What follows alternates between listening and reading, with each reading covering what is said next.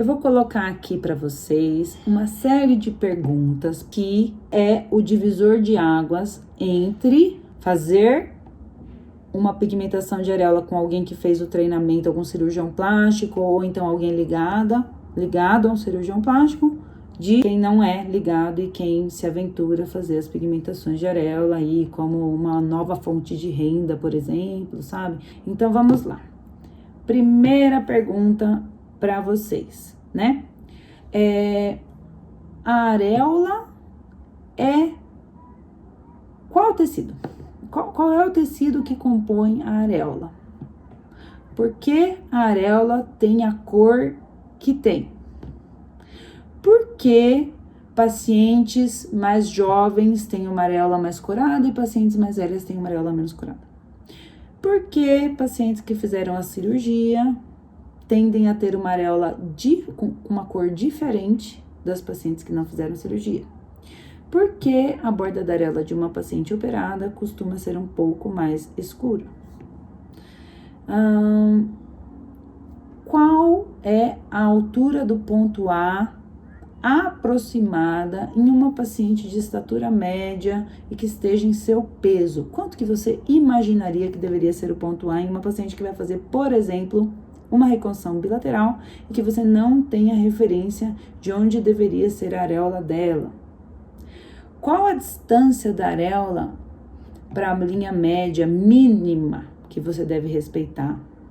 Qual o tamanho normal de uma coluna em uma paciente que não tem ptose, que fez a reconstrução e que está com uma mama bem simétrica e bem bonitinha? Quanto você espera que seja, no mínimo, a coluna dessa paciente, tá? Eu posso fazer uma coluna menor ou não? Vamos supor que eu faça uma pigmentação de areola e papila e a minha papila não fica 3D. O que pode ter acontecido? Se eu fizer uma pigmentação de areola em uma paciente que vai fazer radioterapia, o que pode acontecer? Posso fazer a pigmentação de areola em uma paciente no meio da quimioterapia? Posso fazer uma pigmentação de areola 1 mês após a radioterapia? Quais seriam as consequências? Qual seria a consequência de eu usar uma agulha numa profundidade maior em uma paciente morena? Qual seria a consequência de eu fazer uma pigmentação mais superficial em uma paciente que reconstruiu com grande dorsal? Qual seria a consequência de fazer uma pigmentação mais superficial em uma paciente que fez a reconstrução com retalho abdominal? Que tipo de retalho provavelmente terá uma pigmentação 100% indolor? Quanto tempo depois de uma mastectomia a paciente começa a ter algum desconforto? Se eu fiz uma pigmentação e ela se resultou verde, como eu faço para corrigir? Se eu fiz uma pigmentação e ela resultou roxa, como eu faço para corrigir?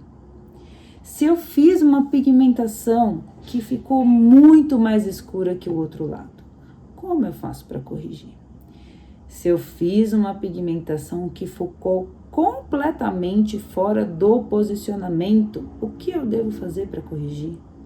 E se ela ficar muito maior, como eu devo corrigir? Essas são só algumas perguntas que eu já ouvi no meu treinamento e que eu não teria nenhuma dificuldade para responder. Se você respondeu 90% dessas perguntas com certeza absoluta pela sua experiência, eu não tenho dúvida que você é habilitado a fazer a pigmentação. Vou colocar mais algumas perguntas que agora eu acho que vão ser um pouquinho mais complexas.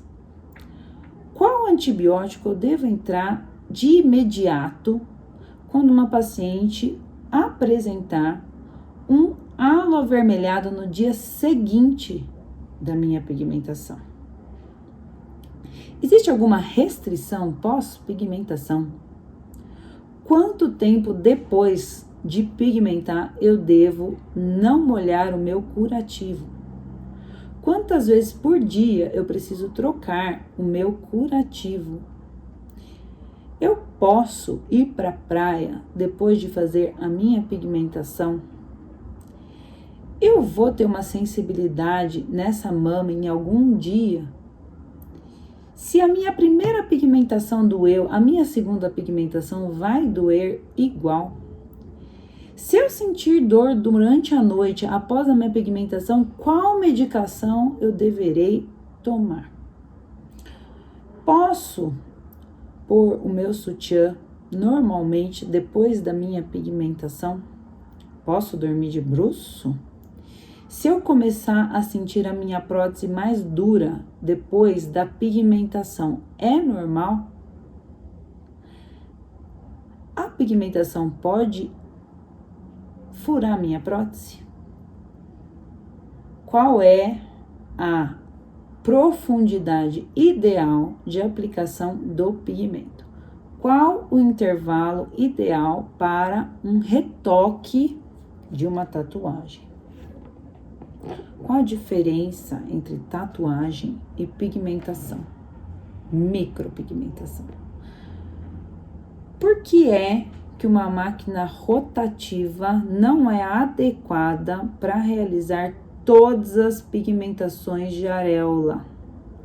Quais são os casos que a máquina rotativa é completamente ineficaz em reconstrução de areola?